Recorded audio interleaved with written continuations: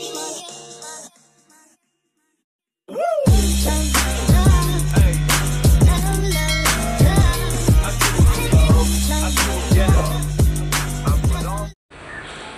आणि नातवंड या चॅनलमध्ये तुम्हा सगळ्यांचं स्वागत असो। आज मी तुम्हाला नवीन गोष्ट सांगणार आहे। इसाप नीती ज्याने लिहिली त्या इसापची।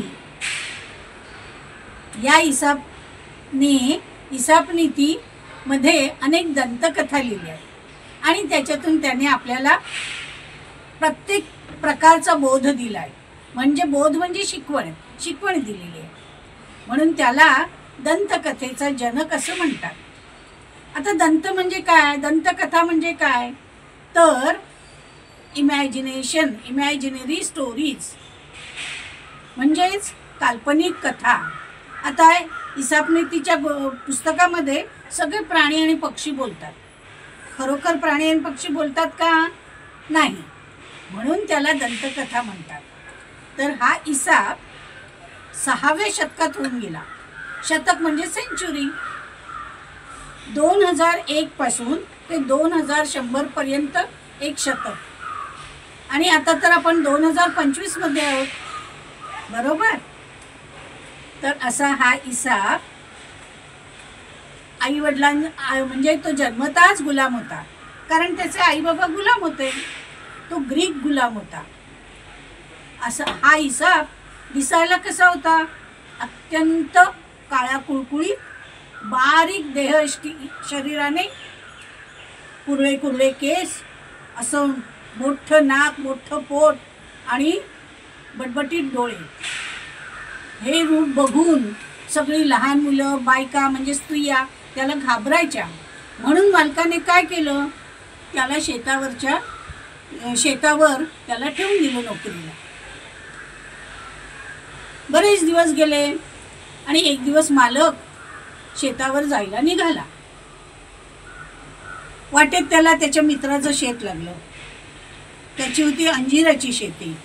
मग त्याने आपल्या म्हणजे मालकाला, त्या मित्राला त्याने बरेचसे अंजीर दिले, भेट म्हणून दिले। मालक ते अंजीर घेऊन स्वतःच्या शेतावरती गेला आणि त्याने नोकरांना ते सगळे अंजीर ठेवायला दिले आणि म्हणाला, हे बघा, मी जरा आंघोळ करून येतो, तोपर्यंत हे अंजीर ठेवून द्या। नोकर म्हणाले बरं, आणि नोकरांनी ते अंजीर बघून त्यांना त्यांच्या तोंडाला पाणी सुटलं। त्यांनी काय केलं असेल, नोकरांनी ते सगळे अंजीर खाऊन टाकले। थोड्या वेळाने मालक शेतावरती आला आणि त्याने विचारलं की काय, माझे ठेवायला दिले ते अंजीर कुठे आहेत, द्या ते। नोकर घाबरले, आता काय करावं हा प्रश्न पडला त्यांना। मग ते लबाड होते नोकर, त्यांनी सरळ इसापचं नाव सांगितलं। बिचारा इसाप तो शांत होता। त्याने मालकांचे पाय धरले, कारण मालक संतापला होता। मालक आता कडक शिक्षा करणार म्हणून त्यांनी सरळ मालकांचे पाय धरले आणि म्हणाला, मालक, मला थोडासा वेळ म्हणजे अर्धा तास तरी द्या, मी अंजीर खाल्लेत की नाही ते मी सिद्ध करून दाखवेन। मालक म्हणाला, ठीक आहे। मग इसापने काय केलं असेल सांगा?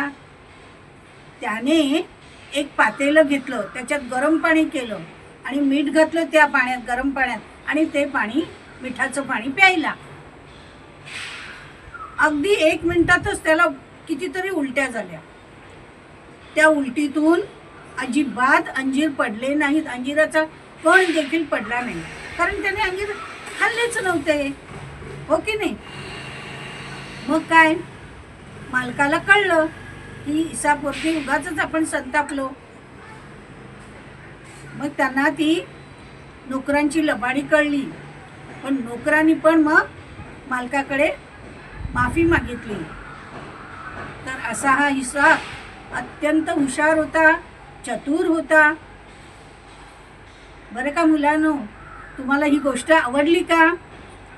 तर आवडली असेल तर तुम्ही सबस्क्राईब करा, लाईक करा, कमेंट्स लिहा.